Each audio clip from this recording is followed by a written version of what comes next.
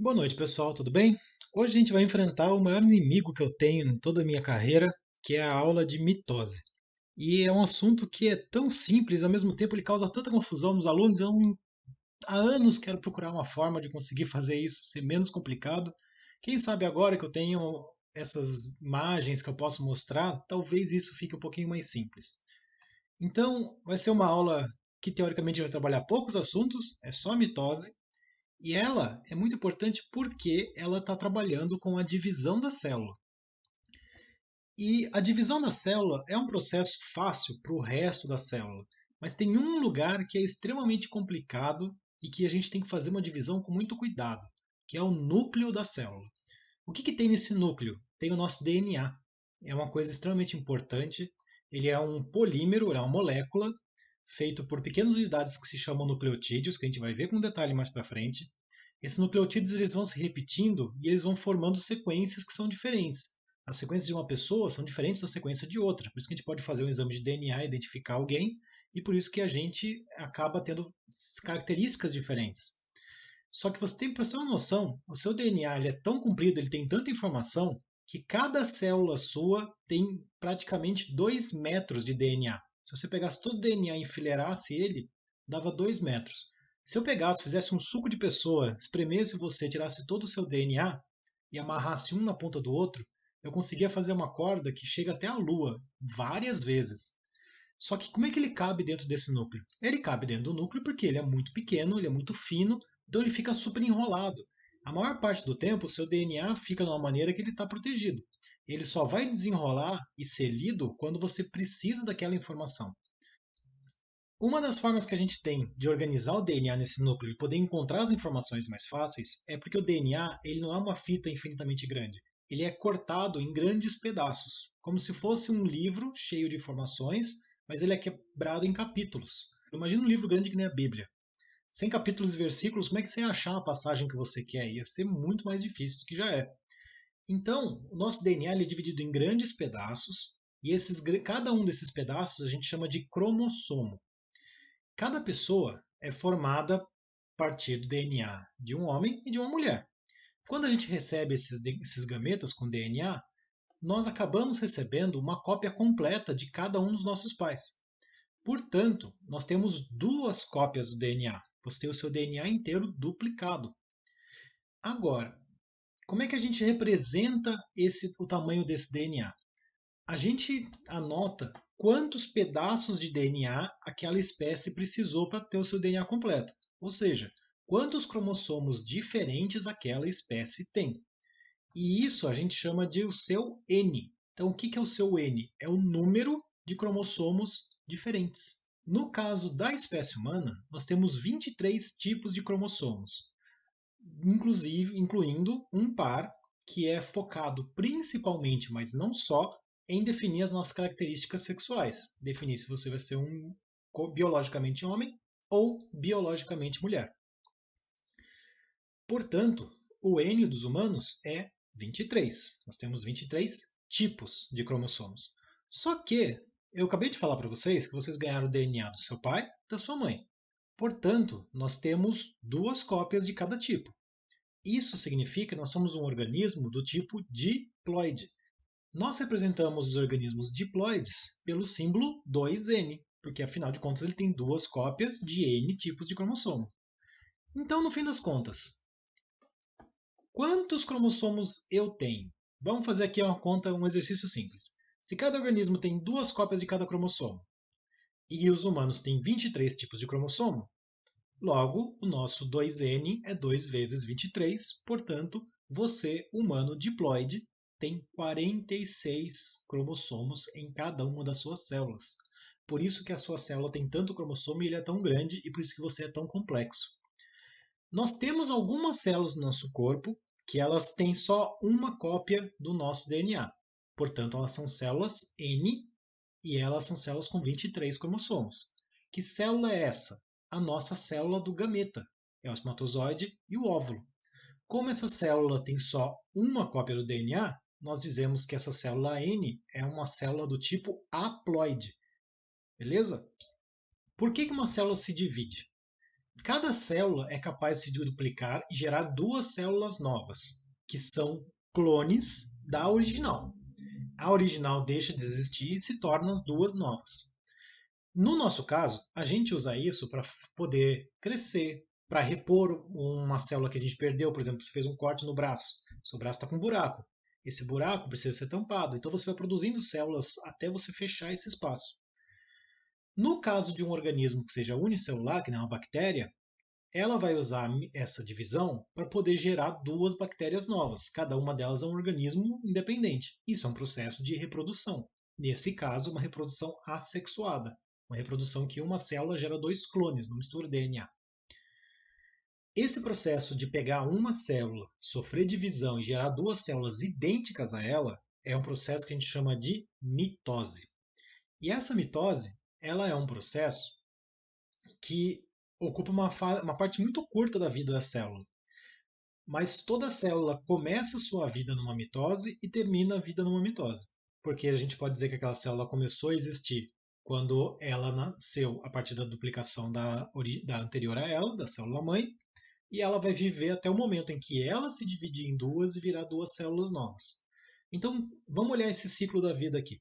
A célula passa a maior parte da vida dela nessa etapa que a gente chama de intérfase. O que é a intérfase?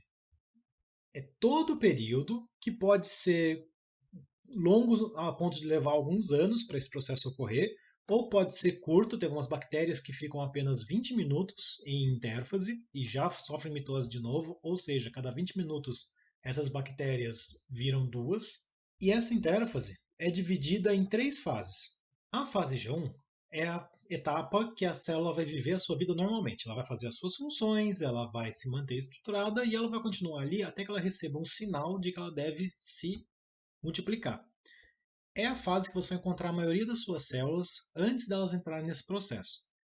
Repare aqui nesse esquema muito bonito que eu fiz sobre uma célula. Eu tenho a célula-mãe, dentro da célula-mãe eu tenho a carioteca, eu tenho os cromossomos que estão ali dentro do DNA, eu tenho um monte de organelas e a célula está vivendo muito bem, obrigada. Até quando? Até que acontecem mudanças no ambiente, tanto dentro da célula quanto fora da célula, que sinalizam para ela que está na hora dela se multiplicar. Quando ela recebe esse sinal, ela entra no que a gente chama de fase S. E o que a fase S tem de mais importante? É a fase que a célula recebe o sinal que ela deve duplicar o seu DNA. Bom, o que representa esse desenho que eu coloquei aqui no núcleo? Parece um Hzinho todo torto, todo feio, mas na verdade isso daqui representa um cromossomo duplicado. O cromossomo duplicado ele é feito por duas fitas de DNA que na verdade vêm de uma fita só. Então eu pego essa primeira fita de DNA, copio ela inteira, faço virar duas fitas e eu mantenho as duas cópias presas por uma estrutura chamada centrômero, que pode ficar no meio da fita, pode ficar nas pontas, tem várias localizações. Então, essa estrutura que eu desenhei é o cromossomo duplicado. E ele é muito importante porque é o jeito que a gente tem de mover esse DNA. O que o compõe? Cada uma dessas metades, cada uma dessas cópias é uma das cromátides irmãs. E elas são as duas que eu preciso separar para fazer a duplicação. Quando eu finalmente termino a fase S, eu estou com o meu DNA duplicado, ele ainda está dentro do núcleo, e a célula começa a terminar o seu preparo para poder se duplicar. Então o que ela vai fazer? Ela vai aumentar a quantidade de organelas e ela vai aumentar de tamanho. Quando ela chega num ponto crítico, que o tamanho está grande o suficiente para virar duas células e que ela tem organela suficiente para as duas células também, aí a célula vai entrar na fase da mitose. E a primeira fase da mitose é a prófase. Quando finalmente começa a mitose, a primeira etapa que a gente vai ter é a prófase. Ela é uma etapa que acontece o quê? Eu tenho agora o meu DNA duplicado, como eu acabei de mostrar para vocês, a duplicação aconteceu na fase S. E na primeira etapa, nós vamos ter que o DNA ele se organiza de um jeito interessante, que ele forma o par dos cromossomos homólogos, ou seja, daqueles cromossomos que correspondem ao mesmo pedaço. Então a sua cópia do pai e a sua cópia da mãe, do cromossomo 1, ficam próximos. Por outro lado, nós vamos ter uma outra coisa interessante, que é a perda da carioteca. Por quê? Essa carioteca ela é uma membrana que ela cobre e mantém o DNA preso. Se eu quero separar esse DNA e garantir que vá uma metade para cada uma das células filhas, eu preciso que eles sejam capazes de se mover. Então eu tenho a desmontagem da carioteca para poder separar esse DNA. E lembra que eu comentei com vocês nas organelas? Nós tínhamos uma organela muito importante que ajudava a gente a mover o DNA da maneira correta?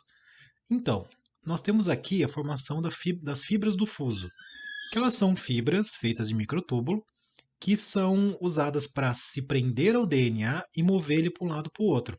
Quem vai fazer essas fibras e mover esse DNA é uma organela chamada centríolo, que também duplicou na fase G2 e agora ela vai ajudar a gente a fazer a mitose. A segunda fase é a metáfase. Essa metáfase ela se caracteriza pelo fato dos dois centríolos terem conseguido se ligar aos centrômeros. Então repare que cada centríolo está ligado a cada um dos cromossomos. E eles têm essas fibras que eles vão usar para puxar esse cromossomo na sua direção. Se tem um organelo de cada lado puxando cada uma para um lado, a tendência é esses centríolos puxarem o DNA para que ele fique no meio da célula. E conforme eles vão continuando a puxar, você vai ter o DNA se organizando de uma maneira que você consegue reconhecer a metáfase muito facilmente. Sempre que você olhar essa imagem e tiver todo o DNA alinhado, você vai saber que você está trabalhando com uma mitose e que você está na metáfase, beleza? Agora, se você continuar puxando esse DNA, você vai entrar na anáfase, que é a terceira etapa da divisão pela mitose, que é quando os centríolos puxam o DNA até o momento que as duas cromátides irmãs, ou seja, que as duas cópias do DNA, vão uma para cada lado e acabam se separando.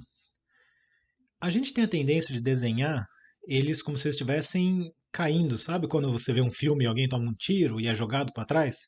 Então, não se assustem quando vocês olharem no desenho esses formatos que parecem uns Vzinho. É só para dar uma noção de movimento. Mas a anáfase é essa separação em movimento. E a última etapa, então, é a telófase. Ela vem logo depois da anáfase, quando os centríolos acabaram de puxar cada cópia do DNA para o seu lado. Então, os DNAs voltam a ficar nos polos da célula, cada um desses DNAs vai para uma das células filhas, e é muito interessante porque, conforme as células começam a se separar, fica fácil da gente ver quando é a telófase, porque o formato fica nesse jeito que parecem duas células que estão lentamente se soltando uma da outra. É interessante porque a carioteca volta a ser montada e cada uma das células filhas vai ficar com uma cópia completa dos pais. Logo, essas células filhas são um clone da célula mãe, com todas as suas qualidades, vantagens e defeitos.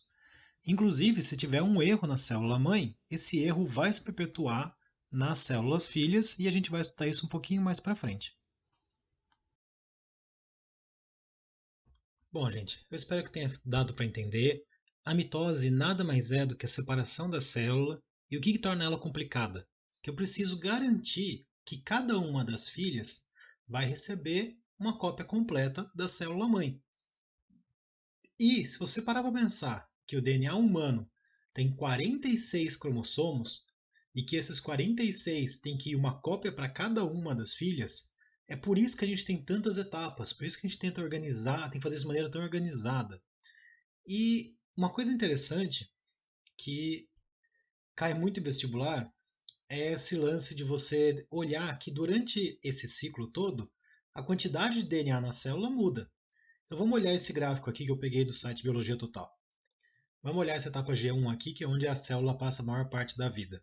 Então ela tem lá os seus 46 cromossomos, eles estão bonitinhos, com uma cópia só. Quando chega na fase S, cada um dos 46 cromossomos vai virar 2, então ela vai fazer um cromossomo duplicado com duas cromátides. Então a minha quantidade de DNA vai subir para o dobro. Então se normalmente eu tenho 46 cromossomos, eu vou ficar com 92. Se você quiser fazer uma fórmula que vale para todas as espécies, a gente fala que a espécie normalmente é 2N. Como ela duplicou o DNA, o dobro de 2N é 4N, tá certo? Durante a fase G2, ela mantém o seu DNA duplicado. Durante a mitose, ela mantém o DNA duplicado até chegar na anáfase. Porque conforme ela vai puxando uma metade para cada lado e vai virando duas células, cada célula fica com metade do DNA, que é o valor original correto. Por isso que a célula volta a ter a quantidade igual à da mãe e vira um clone da mãe. Tá certo? Cuidado um pouquinho com esses gráficos aqui, porque eles são bem trapaceiros, o vestibular adora eles, e a gente vai ver nas próximas divisões, quando for fazer gameta, que esse gráfico ele pode até ficar um pouquinho mais complicado, tá? Pessoal, eu espero que tenha dado para entender, eu espero que tenha ficado claro. Eu vou tentar colocar nos links algumas sugestões para vídeos de outras pessoas, para ver se vocês se acharam muito complicados os meus desenhos. Talvez uma animação de um outro site te ajude mais. Mas esse assunto, ele é muito importante, ele é garantido que cai em vestibular, ele é 100% de chance de você precisar dele se você for tentar fazer uma faculdade, tá certo? Então, leiam os textos de apoio, mandem dúvidas, respondam o questionário e a gente se vê na semana que vem. Um abraço.